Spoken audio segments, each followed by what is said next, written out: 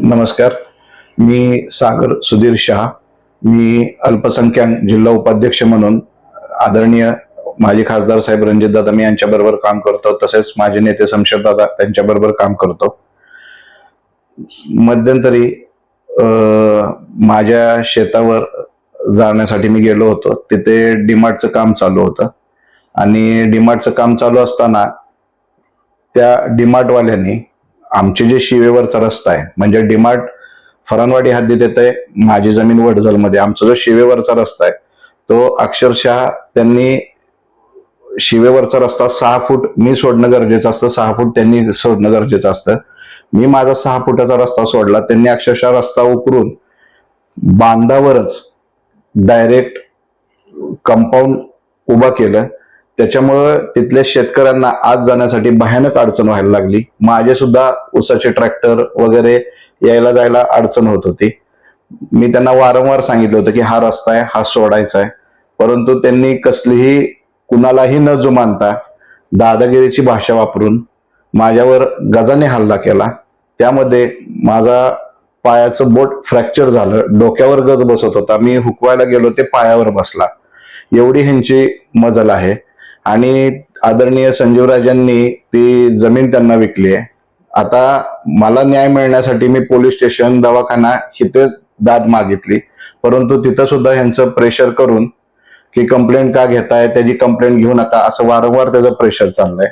त्याच्यामुळे डीमार्टवाल्याला असं वाटतंय की आता आपण कुठेही दादागिरी करू शकतो, कुणालाही आपण देशोधडीला लावू शकतो. तिथल्या आजूबाजूच्या शेतकऱ्यांना तर त्यांनी लावलंच आहे. गेली 30 वर्ष झाली फलटणची बाजारपेठ बिलकुल सुधारत नव्हती. आता रस्ते चांगले झालेत, पार्किंगची सुविधा यायला लागली. आदरणीय शमशेरदादा अतिशय सुंदर काम करतायत, सगळं व्यवस्थित रुटीन लागले. त्यात संजीवराजांनी जमीन त्यांना विकली. जमीन विकली ते विकली, त्या जमिनीच्या पश्चिमेला रस्ता आहे, तो त्यांच्या प्लॅन मध्ये नाहीये. फरानवाडी ग्रामपंचायतीची परमिशन नाहीये, वडजल ग्रामपंचायतीची तक्रार आहे, फरानवाडीची तक्रार आहे, तरी सुद्धा कसल्याही प्रकारचं त्यांना काही घेणं देणं नाहीये. आणि वारंवार पैशाच्या जोरावर आमचे 500 लोक 500 युनिट झालेत, 500 युनिट झालेत, ह्या जोरावर त्यांनी शेतकऱ्यांना तिथं शेतकऱ्यांची पिळवणूक चालू केली आहे. आता हे डीमार्ट जर झालं तर फलटणचे किती व्यापारी झोपणार आहेत हे प्रत्येकाने आपापला विचार करावा. व मी एवढीच सगळ्यांना विनंती करतो की जो माझ्यावर अन्याय झालाय त्यासाठी सगळ्यांनी मला साथ द्यावी. डीमार्टची मस्ती जर उतरवली गेली नाही तर आपल्याला तो डोक्यावर बसून तिथं आजूबाजूच्या शेतकऱ्यांना तो भरपूर त्रास देणार आहे. त्यामुळं माझी विनंती आहे की सगळ्यांनी मला मदत करावी. माझ्या हक्कासाठी माझ्यावर जो अन्याय झालाय तो दूर करण्यासाठी मला सगळ्या व्यापाऱ्यांनी मदत करावी, एवढं सांगून मी 2 आणि जेव्हा माझ्यावर त्यांनी तो हल्ला करण्याचा प्रयत्न केला, तो नवीन नेरुळकर त्यांचे लीगल टीमचे आहेत, त्यांच्या सांगण्यावरनं परत यांनी माझ्यावर गजाने हल्ला केला. मी त्यांना एवढं सांगायचा प्रयत्न करत होतो की ठीक आहे, तुम्ही रस्ता अडवलाय ते अडवलाय, ट्रान्सफॉर्मर पण त्यांनी त्या कंपाऊंडच्या वरच अँगल राहून लावलाय.